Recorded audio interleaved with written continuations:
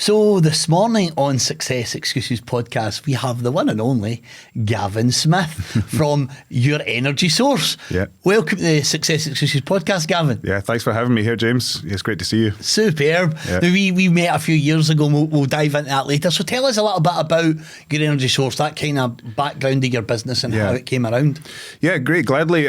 So I started quite a long time ago. We've been running the business about 13 years now, and it's taken on different shapes throughout that time.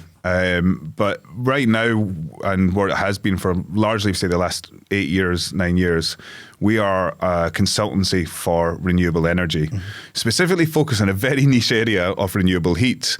But over that time, we've actually built up to become the biggest provider of consultancy in this area. And so in some ways we're, like you could say, I kind of use the analogy of big fish, small pond, you know, so we've grown really big, but we're still quite a big fish in a small pond, if you make sense. You know, so we're a team, we're still a small team, we're about 11 of us, we're looking to hire some more people.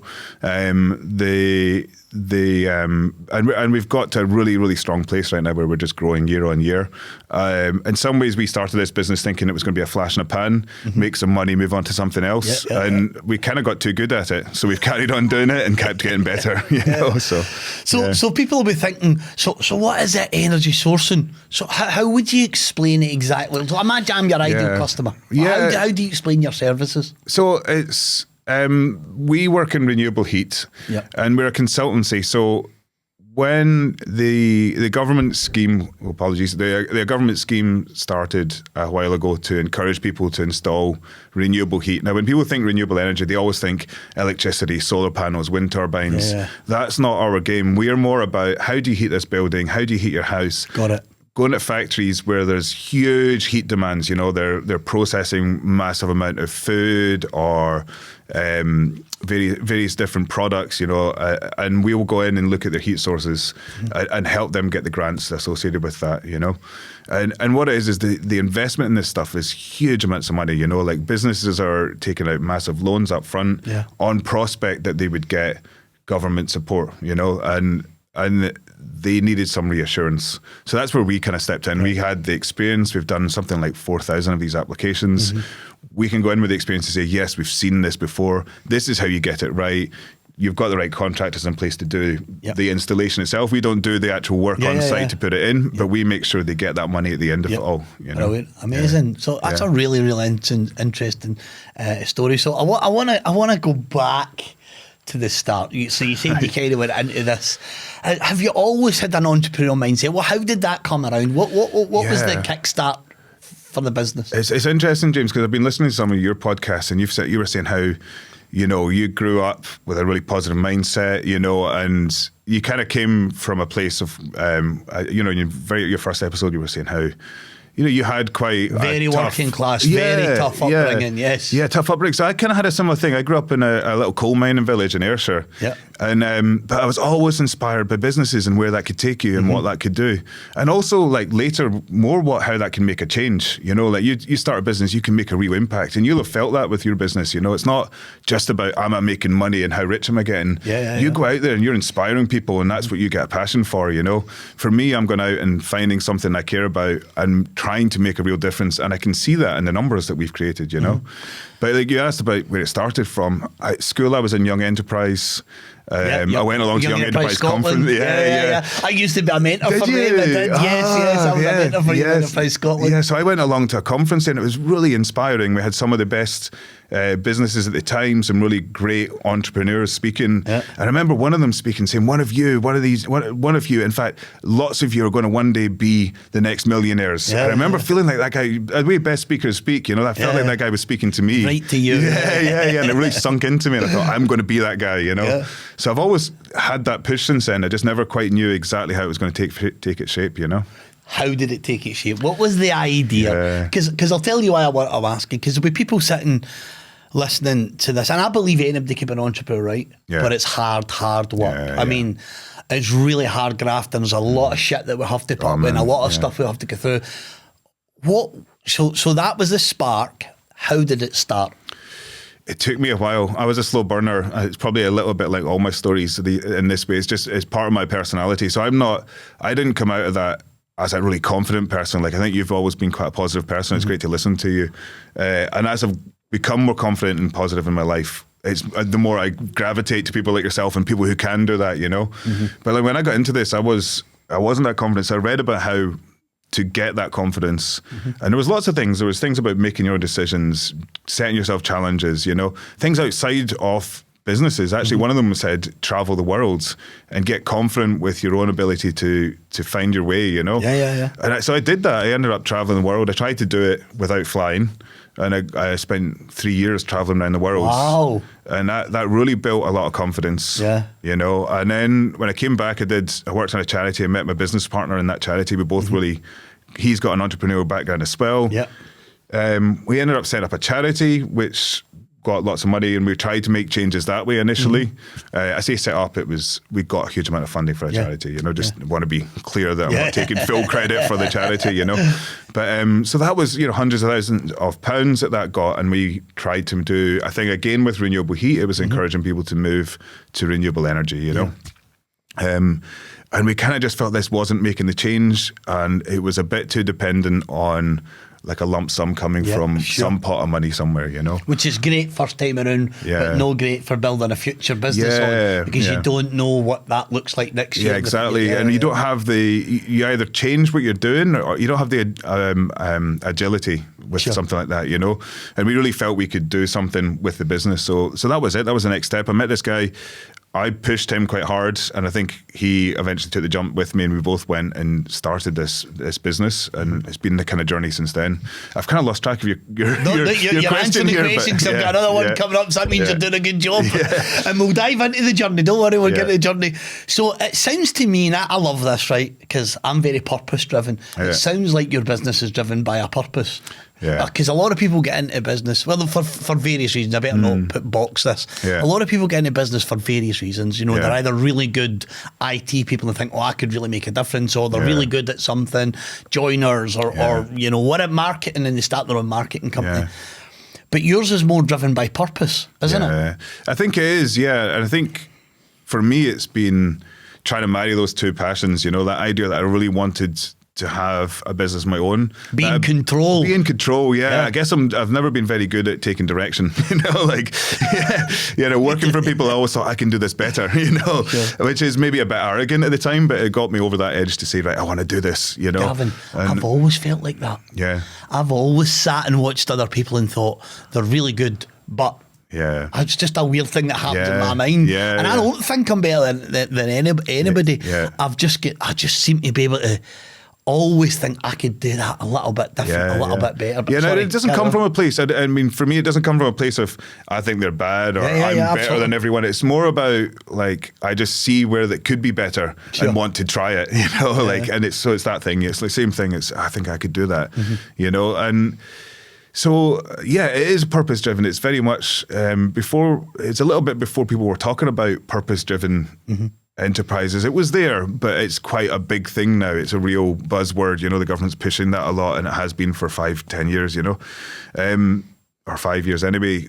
But so we started, when we were doing it, we actually thought maybe we'd do a social enterprise initially, and we looked at that and it kind of came to the conclusion it wasn't right for us. You know, we wanted to have something that really had the flexibility to move where it could. And social enterprises in some ways are quite bound by whatever you start them as, you know, and it felt quite restrictive, you know. So so it was you're boxing yourself. You're boxing yourself at charity, start without social even enterprises, knowing. You kind of box yourself, which is great if that's your model. And that's your kind of vision. And they achieve good things that way, you know, but we wanted something that just had more scope, you know. So we went in, and so the idea was to mix those two passions, you know, enterprise, making a difference and trying to get something about renewable energy out there on the market that we could positively impact, you know. I mean, it's been a massive journey though, isn't it? When you think about like heat pumps or heat source pumps, yes, it's been around for a while, but it's only really been taken serious in the last few years. I would say maybe 5 years. It's exploding now. People are starting to really take it serious because we have to. Go and talk us through the early years, because this podcast is success and excuses, right? And in life and in business, and business more so than life actually, we have very much peaks and troughs. Right? I want to talk about the days when you're just like, what have I done? Talk us through the early days. So many, you know. Yeah. When I started the business, I think we ended up becoming a main contractor for another company. But effectively what that meant is we were sort of running that company, but we thought we were going to get a lot of guidance in that company. There wasn't a lot. There was a little bit like blind leading the blinds. So we kind of took it on almost as an experiment, you know. But, you know, we earned, I think that first year, like it's kind of embarrassing to think about it, but people weren't biting on the stuff. And at the start we were installing it. So we had contractors and we were going to install biomass boilers, heat pumps, solar panels, that sort of stuff. It was the very early days. The subsidies had dropped and we were struggling. And I think I lived off about £8,000 that year. Wow. You know, it was like really... By the way, I get that feeling because that was like me my first couple of years as well. I didn't know some days I was going to be food on the table. Yeah, it really like, thankfully I was like young, single. Yeah. I didn't have any dependents, you know, so like I could kind of take those risks then, you know. Yeah, sure. But that was challenging, you know, like, and... you know, it's a couple of times my business partner and I thought we would break through. What was it? Because there would have been days you're like, what have I done? Yeah. What was the drive? What was the I think mindset? I always believed in it, you know, like I think I had, there's two things that's great. I read a lot about grit and about determination. I love grit. You know, like I've not, like I said, I didn't necessarily have that huge positive mindset. I've had huge ambition, but maybe not the positive mindset to go with it, you know, but I had grit at least, you know, and I could really work at something and I could see that I was getting better. I could see it was moving, even if it was moving slowly, the dial was moving and I could see that work was paying off, you know. But yeah, there's times, you know, like Friday, like I was big for the weekends, you know, I work hard, play hard when I was younger.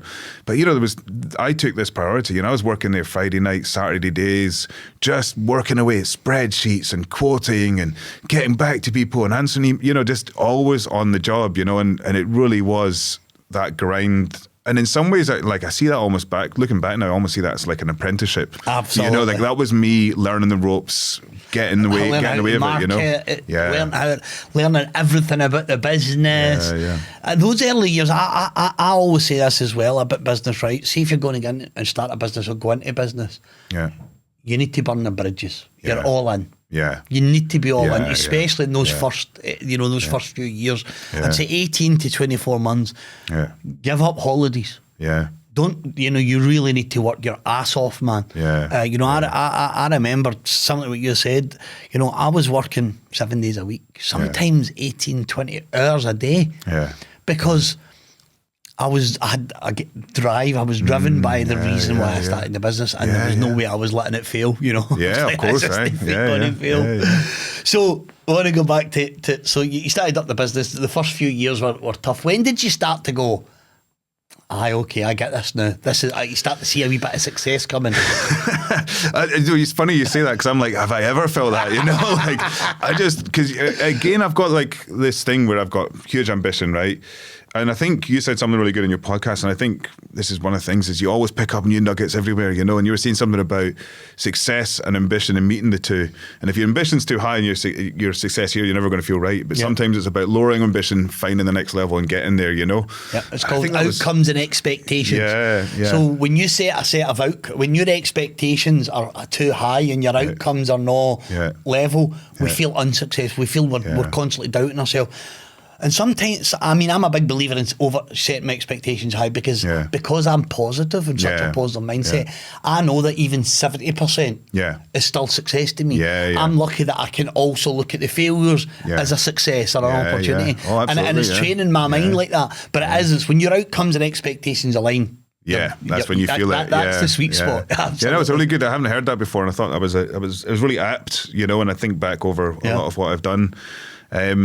But yeah, when did I feel like in the last few years, I actually met you on a course called Help to Grow. That's right. And it was a great course. They really got into different aspects of business and how you can plan and move forward, being purpose driven. It really resonated with me. And I think just before we did that course, like my business partner, I've always been a person, backing up a little bit. I've always been a person who kind of thinks I can do things, I look at a problem and say, I can figure that out. Yep. And that's great at the start of a business, but at some point there's not enough time to figure everything out. You have to start outsourcing that and saying, right, you figure that out and do it. You figure that out, And I think it took us a bit of time to get to the point where we're like, we've probably hit the limit of our knowledge in business. Yeah. We actually just need to go out and learn more, you know? And that was a good turning point for me, because it's led to a point today where I feel really, really good about our business. Yeah. It's meant that we've just leveled up, got that extra knowledge in, and we started enacting it all. You know, we started looking at what's the marketing machine, what's the standard operating procedures, what's our IT system, have we got key performance indicators? You know, can we look at that and say, what's the health of the business? I've got now a page on my desktop. I can look at that and say, what's the health of the business today? And I can really quickly get a sense of where we're going and what's happened. Absolutely. And all these little like nuggets, all these little things. It's never like a silver bullet, you know. Like I had a friend, and I'm going to borrow their phrase, but I'm sure it's well known as silver shrapnel. It's all these little bits, silver shrapnel all over the place. You build them all together. Eventually, you put them all in one place, and then you start to feel like you've got a solid business there, you know. Absolutely. And I think that was so on that Help to Grow thing where we met. I was actually very surprised, right? Because there was 20 odd businesses in there, and I was actually very surprised that, first of all, for me, what the value I got out of the course was, wow, my company's already kind of doing nearly all that stuff. So I was like, we're in a really, really strong position compared to most of the companies who didn't have all the systems and processes. You know, we had our outsourced IT, we had cyber security certificates. So we had kind of done a lot of things that most small businesses don't actually do. They don't do. So for me, it was more of we're in a good place, but I was really surprised at the amount of things, and that's probably exactly as going back to what you said about the lessons that you probably learned. Yeah. Because most people on that course were like, really, we need to do that? And then that was, and plus they talk a lot about, where to get different resources and source funding and all that stuff. So they helped me that, by the way. I actually got funding for one of those links for the business. All right. Okay. So you kind of start to develop that mindset. And that was a few years, 2 years ago, was it 3 years ago? It must be about 3 years ago. 3 years ago, so that was about 3 years ago. So what's the journey been like then? Since then, or you mean in total? Going through that. So you went through that dip and, oh my God, what am I going to do? In fact, you know what, before you answer, I want to go back to, when did you know you were on the right track? When did you know I enjoy this? Yeah, all right, okay. So, I've always enjoyed it. Even that year I made $8,000, I still enjoyed it. So I kind of knew from the start that this is what I want to do. I just had to find the right way to do it. And I give credit to my business partner. He came across, we were struggling with the installations, it was very hard to get good contractors to do the installation for you. You're a small company, so you have to get someone in to do it. We had some good contractors, but if one went wrong and then they would disappear and you've got a customer irate with you on the phone and you can't do anything about it yourself, you're reliant on other people. Yeah. That's a really challenging thing, and we hated that. Coming to you, they come to blame you. And you want to be proud of what you've done, but you can only control so much, And we realised we're not tools people, like we're good at the business, we're good at the marketing, we're good at the sales, we're good at all that stuff. We can design it, we can do all that in house. So essentially, we realised that was a niche. People, other businesses needed someone help doing the funding part of it, and we were like, we can do that in house. We got all that ourselves. We don't have to worry about anyone else. We can just do that. And I think that was a real turning point. I think that Christmas we delivered about £80,000 of work over 2 or 3 months, and that was like, for us, gone from £8,000 to £80,000. That was like, blew our minds, like we were young, and like, that's a lot of money. That's like a year's salary for us, So, we were like, we've hit on something, and but it was always the thought that because it was government grants again, we're like, this is going to end at some point. We'll just make some money here quickly. So we never really had that big plan in place. We were just make money, and then we're like, we need some help because we were doing too much, and then we needed more help. And they kind of grew organically that for a long time. What went well? What didn't go too well? What can we do better? Right, let's focus on that. Yeah, exactly. How do we get this done? Who can we bring in to help us? That sort of thing. So and then just you get staff, and then you have to work out how to deal with staff and get all the processes in place for that. And most of it was just chasing our tail. We had more work than we could deliver, and we had we didn't ever feel that we could hire ahead. We didn't want to hire 4 people to plan for this big growth that we never thought was coming. Yeah, absolutely. And it was really strange. So we kind of hit this point where So, have you heard, it was quite a common phrase a while ago, it's MMWYS. It's the make money while you sleep. Yeah. Yes. And we came across that early on. And so we built a part of the business doing That's that. when you know you've made it, when you can make money while you're sleeping. Yeah, exactly. Like that, and it was along those lines. It was like, once your business can make money for you while you're sleeping, things are happening without you having to deal with it. Yes. That's when your business is really working. Yep. So we built that in quite early. And it's just before we went on that course, we realized that 60% of our business was then happening without us doing anything with it. It was just happening, and we kind of thought, right, there's a future in this. We need to just finish whatever that future is. Let's go on this course, get more knowledgeable, level up, and see where we can take it. And since then, we've had other consultants in, and we've built, we've changed our hiring process, and we've got some great talent in, a really good team. We had a guy working for us who just had a real aptitude for IT, and we had him in doing some data stuff, but he just ended up writing loads of code, helping us build the whole database for our company. And we've now got this like world-class IT system. We're just a little company of 11 people, and we've got this world-class IT system. It's automatically sending emails out. It's logging on to portals and pulling information so that we've got it right on our desktops, ready to deal with it. And all this is like custom code, custom built. It automatically sends invoices out. It's building up support services. It's asking people for the data. Processing it. All this sort of stuff is happening in the background. So suddenly we've got like this launchpad again to grow a bit more, and so it's all these little things. That's silver shrapnel, so that's been a big change for us, and all these little tools has helped us build a real confidence in our future. Amazing. There's two things you mentioned there I want to talk about. So the first one is the people, and then the next one I want to go to systems and processes.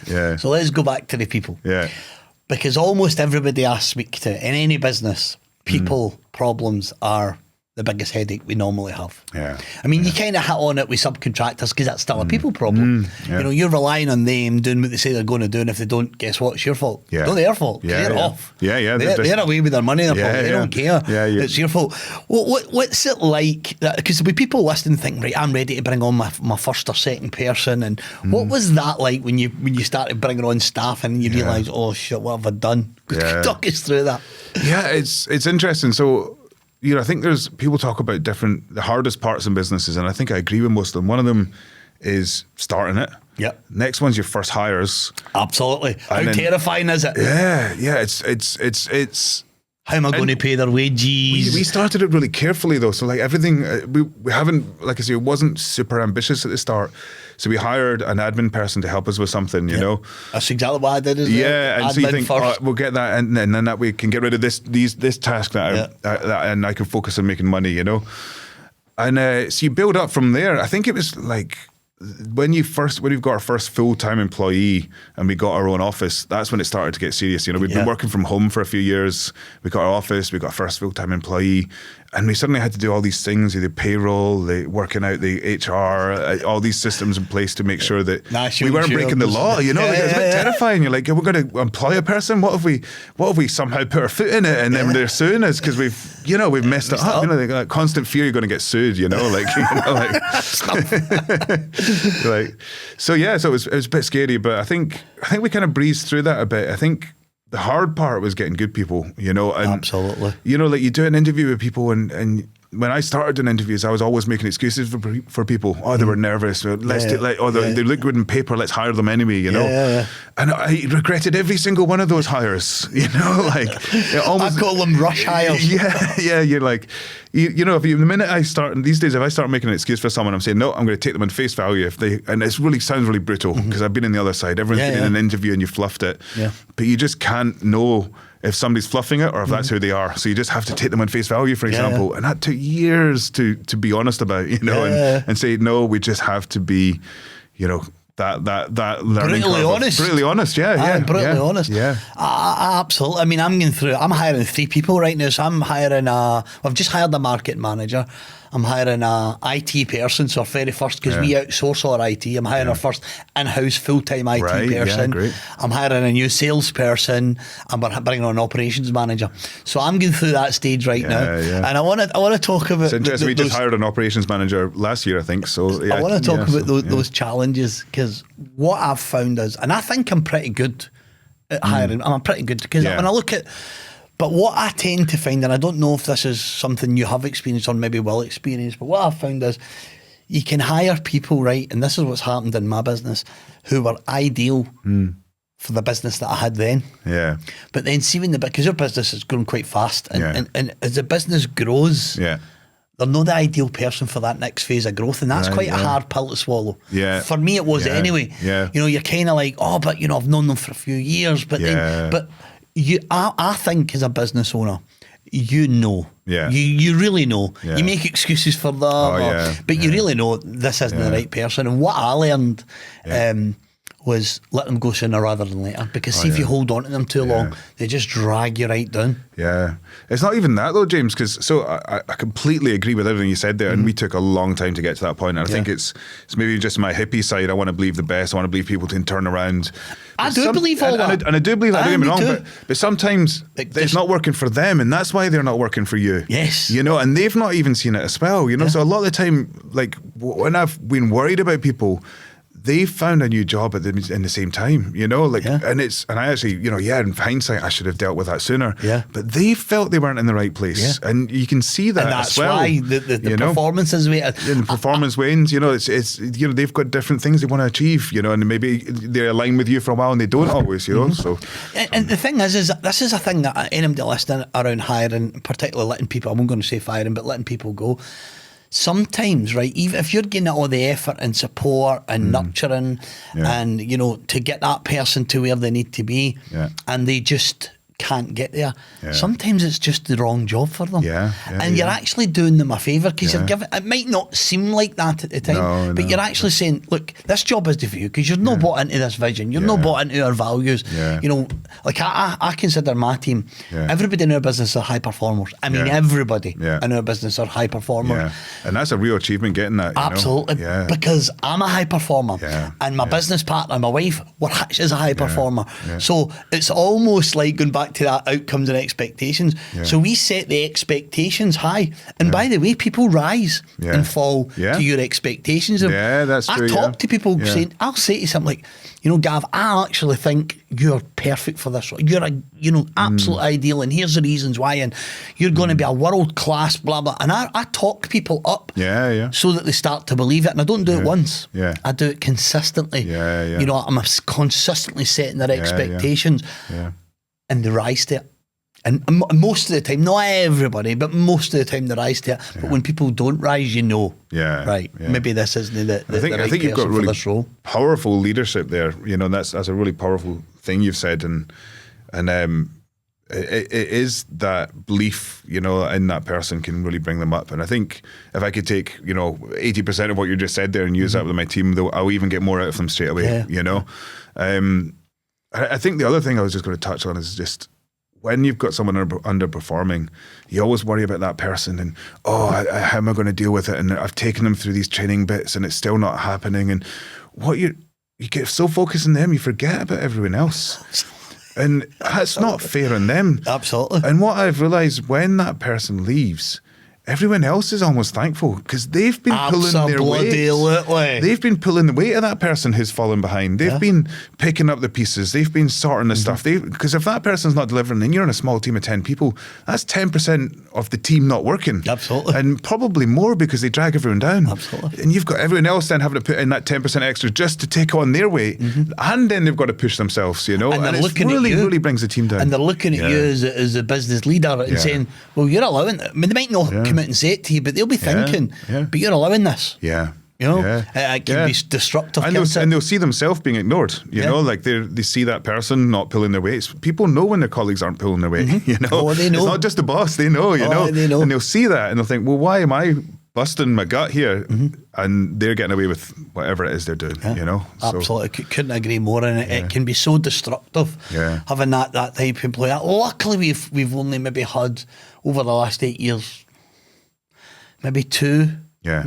Would I even go as far as say 3? Really not destructive, but people who were really dragging it. Probably 2. Yeah. Probably 2. I wouldn't mention names, of course. But probably 2, potentially 3 people where you really thought, I still let them go a long, long time ago. You know, that way. Yeah. You hold on to them because maybe they're high performing in a certain area. Yeah. Or they're dragging the team in somewhere else. Or there are moments where they impress you and you're like, keep this person. Look what they did. They do something, you're going, oh no, right, they're back on track, and then away they go again. Right, second question about what you're talking about. You talked about systems and processes. Now I'm a huge believer in it. I'm glad to find someone else that likes it, or at least because can it's believe allowed in our it, business to scale, right? Because if you've got the right systems and processes and scope of work and everything in there, it's really easy to scale your business. It's actually not only is it easier to scale your business, but it's easier to predict when that tipping point comes, right? If you've got the right systems and processes. So talk about that, because you said there near the end of the last conversation that really started to change things for you. Go and talk us through that kind of. Yeah, so I think where to start with that, because it's been a long journey, you know, and when I started consultancy, you get all these examples from lots of places. You've got the Henry Ford production line, and you're like, oh, can we do that with consultancy? Can we have this person do the first part, the next person do the next part, and so on? And that was awful. That just didn't work in consultancy because there's too much information to hand over to the next person. It's not a specialised repetition. You really need to have the person run a job from the start to the end. So you try all these different things, trying to be like new or different, and so a lot of that is just trial and error. Lessons learned. Absolutely.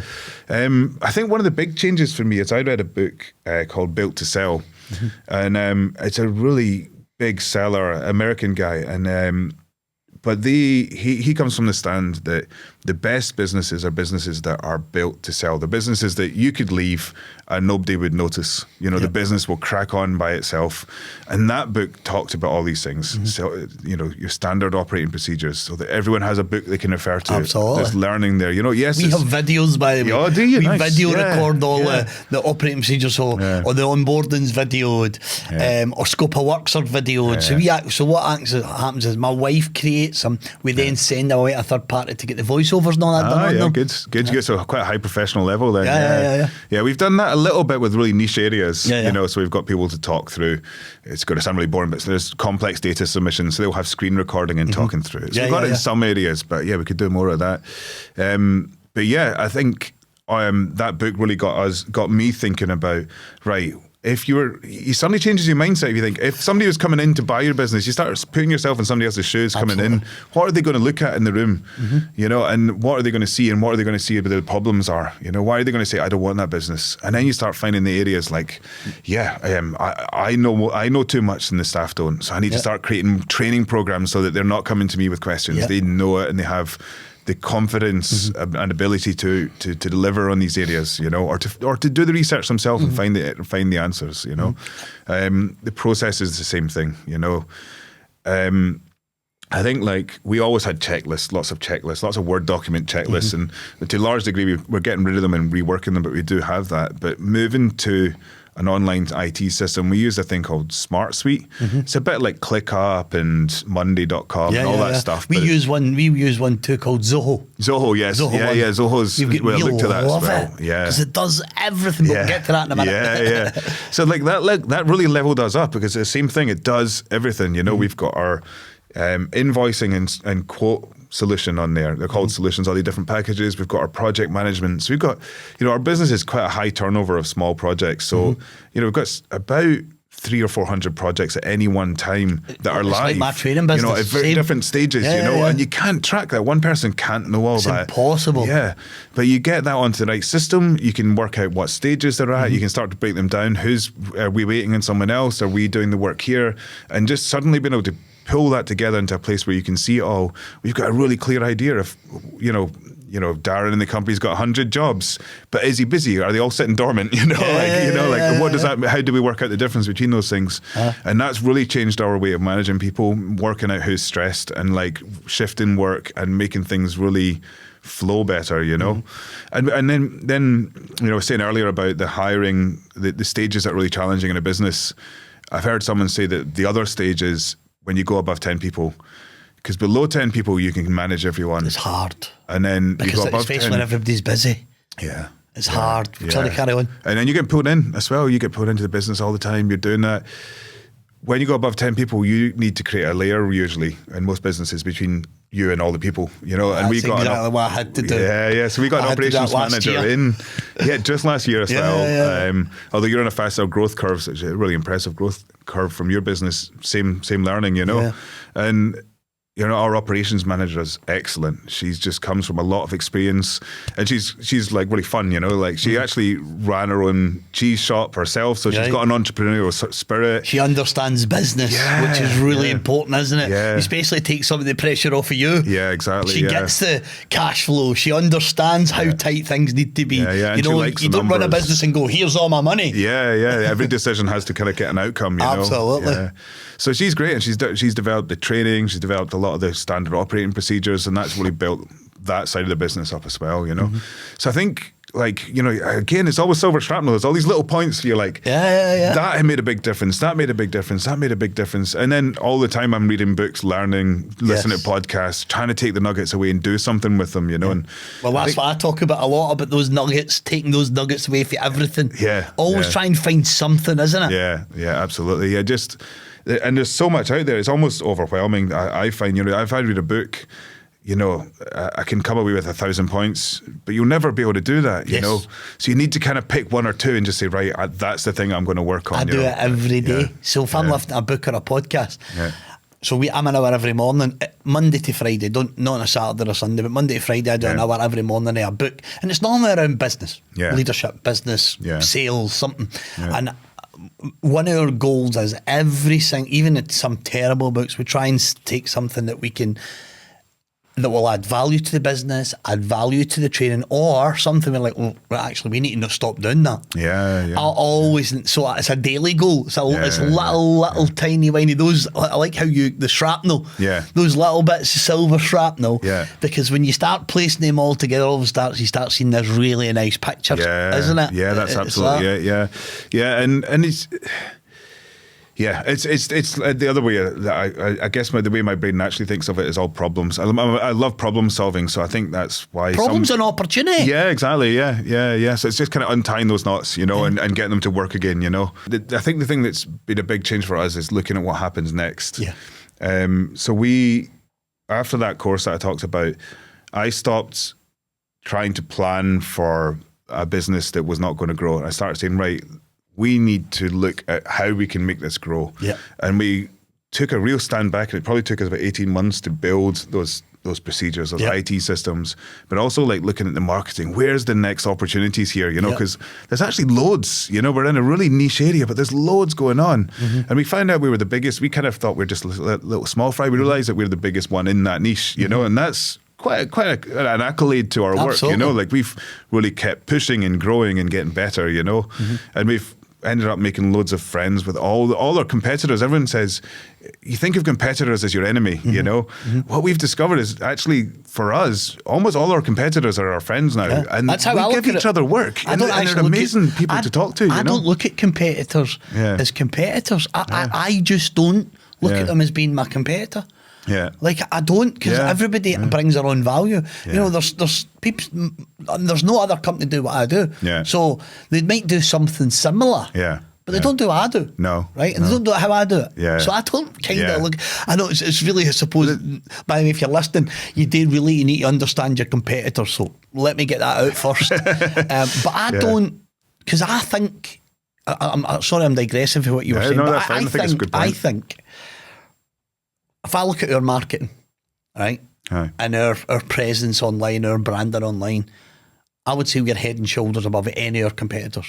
That's my opinion, because if you go into my competitor, even the big companies where I would say, the 32, 40 million pound, turnover company, their branding, that's terrible, but they've been about for a long time. Yeah, companies right? stagnate, They've been 50, 60, 70 years. And I'm thinking, 50, 60, 70 years down the line, I'll be a multi-billion-dollar company all across the globe. I like it. I like the ambition. So that's the first one when you talk about competitors. And I want to go back to CRMs and systems and processes.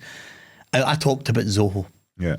I think Zoho's, we tried quite a few. We tried HubSpot, we tried a few different ones, and they were okay. They were okay, but what I loved about this particular CRM was it comes with a suite similar to what you've got. Yeah. So our CRM, right, which it's actually not a CRM, it's a system that manages our processes. Yeah.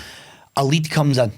Yeah. And it hits the system and it starts emails and it starts text messages and it notifies the sales. And then the sales make a call and the phone's linked to the system, so it records the phone call on the system and the text messages, and every email that you receive or are sent out or every text message is recorded under your name now. And then you go from a potential client to a client.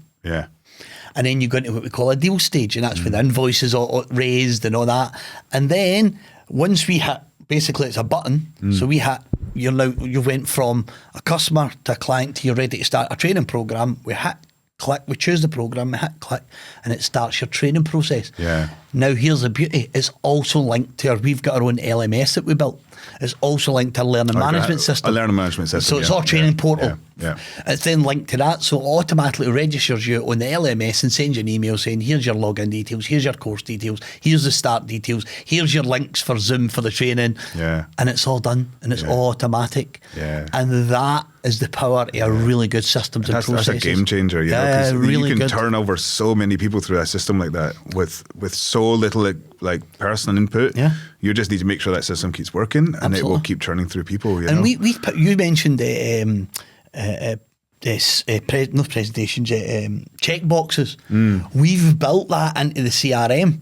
So before you can go from A to B, you've got to click done that and comment. Spoke to them. This is what's happened. So you've got to go through this before it'll move to the next stage. The good steps. It's got to follow the steps, or it won't allow you to move the client through the stages until you've basically.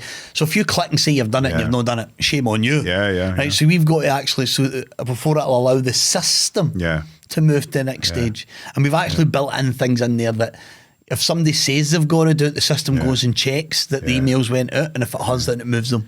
And it's great because, like, you know, we're in consultancy, so we do the training. You give people a chance to go and do the job. They almost, day one, the minute that person's left alone, they start reinventing it. They start making changes to it, you know. And it's just natural. It's a human thing, you know. Like you're like, oh, I skip a step, or you don't think about that step. And being able to, what that though as a business does is leads to inconsistent customer experiences. And inconsistency leads to mediocrity. Absolutely. And the person that's doing that, your staff member, might be having the best intentions. They don't always see why that step's there. They maybe don't know it. And I've done it myself. I've gone out on site visits and I've left the checklist, and I've come away from that site and not done all the stuff I said I should do. You know, I'm kicking myself because I'm doing the thing that I don't want my staff to do. You know? So like having a system that can make sure I do what I'm meant to do, because I've spent a lot of time thinking about this. I need to do it, and they need to do what we've all spent time thinking about, and they build it too. Like they're part of it. You know, we've all agreed this is what we're going to do. If you can create a system that makes sure that gets done, your customer is going to have a much better experience, and they're going to come back again and again when they get that. You know, amazing. Listen, we're almost at the end, Gavin. Okay, good. So before we go, right, I always ask my guests. So there's somebody sitting there watching. Maybe somebody young, maybe age, forget for age, race, anything, right? And they're thinking, I'm thinking of starting a business. What's your top 3 tips? Well, it's interesting because there's bits I did right, which is the grit, you know, sticking at it, you know, be agile at the start, look for the money, follow the money, you know, you go in with one idea, look for where that idea will take you. Don't be rigid with it. Sometimes you think it's going to be one thing and you go out there to the world and the world says that's not the thing we want. But we do want something similar. And that little pivot can really be the difference between a massive success and a failure, you know? And that, I wish I learned that earlier. And the other thing is be ambitious and plan for being ambitious. Don't just be one or the other. Like look for your growth, plan where you're going to be, and then work out how you're going to get there, and then just deliver on it. Plan ahead, and really push for that growth, you know? Love it, love it. Listen, just as you said something there at the end, I have a saying, right? Yeah. Before you can have, yeah, you must first become. Yeah. And that's kind of what you're saying. So in my mind, yeah, if I want to be a multi-million pound business owner with multiple businesses, I need to think like a multi-million business owner with multiple businesses. I need to be planning. My focus needs to be on that huge goal. Yeah. But don't put everything in the huge goal, because we know, right? Yeah. That goal is a long way away. Yeah. Unless you're a unicorn, which is very unusual, right? And even unicorns burn out. Even unicorns burn out, you're right. Yeah. It's about that. I always believe, like, shoot for the stars, right? Yeah. Or shoot for the moon. If you miss, you hit the stars, something like that. And I always have that, as I said, before you can have, you must first become. You need to become that person in your mind. And once you build that mental resilience and grit, that this is going to be a tough journey, but I'm in it for the long haul. I think that's kind of what you said with your 3 points, isn't it? I think so, yeah. And I think that's it. You were saying about, it's great to have that ambition, you know, but you need to know what's in front of you, Absolutely. you know. And then when I'm saying plan tomorrow. Exactly, yeah. So like when I'm saying plan for it, you know, take time out. You know, some of the best advice I've had is take a half day a week to work on the business and see that bigger picture and do that long-term growth, you know. But you do need to know what's in front of you. You know, you can't be hiring 10 staff because you think in 2 years you're going to be, you know, you're going to be £1 million company. That's called suicide. Yeah, exactly. Business suicide. Business suicide, yeah. Listen, Gavin, we're at the end of the show. All right, okay. How does people get a hold of you? So our listeners listen to you. How do people get a hold of you if they want to chat to you about what you do? Yeah, so I'm on LinkedIn, and we have our website, yourenergysource.co.uk. Feel free to get in touch. Happy to chat about my business, my journey, or where we're going next, or if you're interested in our little niche, then feel free to get in touch, of course. Fantastic. Listen, I wish you the very, very best, because it's definitely a purpose-driven business, and thank you for coming along to thank you for having me, James. Podcast. Well done with everything that you're doing here. It's amazing listening to your podcast. I just want to say it's good luck with where it goes next. I'm really looking forward to hearing all these other businesses and their real stories. Thank you very much. Yeah.